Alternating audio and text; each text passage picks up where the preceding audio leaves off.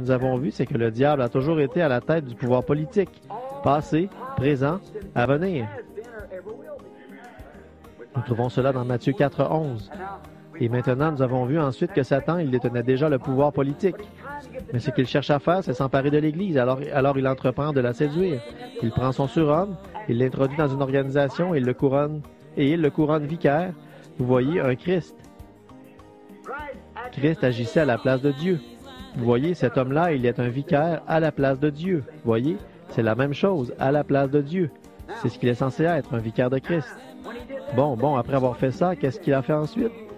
Satan, il a pris son pouvoir politique qu'il détenait déjà, et il a pris le pouvoir religieux, puisqu'il avait déjà été couronné, et il les a mis ensemble. Et ensuite, il lui a fait une autre couronne, le pouvoir sur le séjour des morts. Et ceux qui sont morts, pourvu qu'on donne assez d'argent, il peut les en faire sortir, voyez. Alors maintenant, il est un vicaire qui a autorité sur le ciel, sur le purgatoire. C'est le nom qu'il donne à ça. Il n'y a rien de semblable dans la Bible, voyez-vous, mais il fallait bien qu'il invente quelque chose. La Bible dit qu'il est sorti de l'abîme et qu'il s'en retournera par le même chemin. Et sur la terre, un chef. Maintenant, qu'est-ce qui lui a été donné ensuite? D'abord, il avait un arc, mais il n'avait pas de flèche. Et maintenant, il a une épée puissante dans la main. Maintenant, il peut faire quelque chose. Alors, il saute de son cheval blanc. Le cheval blanc continue sa course et disparaît. Et maintenant, qu'est-ce qu'il enfourche? Un cheval roux, de sang. Un cheval rouge de sang. Sur celui-là, il y va à fond de train. Oh, c'est sûr, maintenant qu'il a reçu une grande puissance et une grande épée pour tuer, alors il monte son cheval rouge sang. Dans le deuxième sceau, qui a été ouvert hier soir, nous avons vu qu'il avait relevé la paix de la terre et il s'entretuait.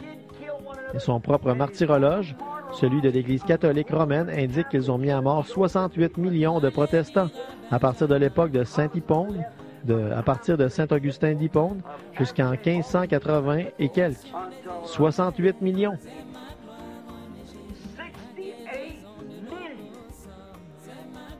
C'est dans la grande réforme de Schmucker.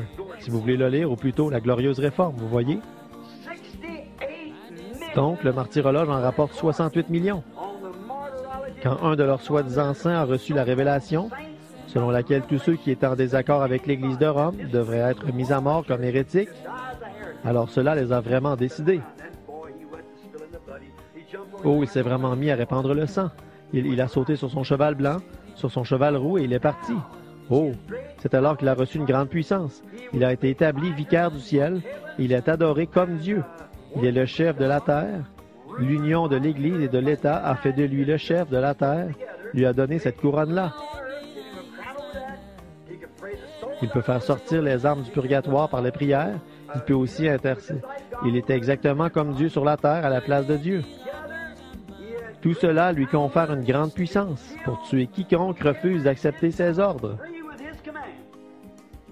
Qui va oser le contredire? L'Église ne peut rien dire. Il en est le chef. L'État ne peut rien dire. Il en est le chef. Alors ils sont morts par millions. Toutes ces petites églises, frères, elles ont été sauvagement détruites. On les a tuées, on les a assassinées, on les a jetées en pâture au lion et tout le reste. Voyez, le dragon, Rome lui a donné son trône et son autorité. La Bible le dit. Voyez, alors sur son cheval roux, qui est un type, il a foulé le sang des hommes, à tel point que ce cheval, il est devenu rouge. Maintenant, Jean le voit sur un cheval noir. Il a changé quelque chose d'autre. Maintenant, je dois le dire exactement comme ça m'est venu. Et alors, si ce qui m'est venu ne concorde pas avec le reste des Écritures, alors ce n'est pas Dieu qui l'a donné. Vous voyez, chacune des Écritures cela fait partie d'un grand tout, comme ça. L'Écriture doit s'accorder avec l'Écriture. Et tout ce qui est contraire à l'Écriture, si l'ange du Seigneur me disait quoi que ce soit de contraire aux Écritures, je ne le croirais pas.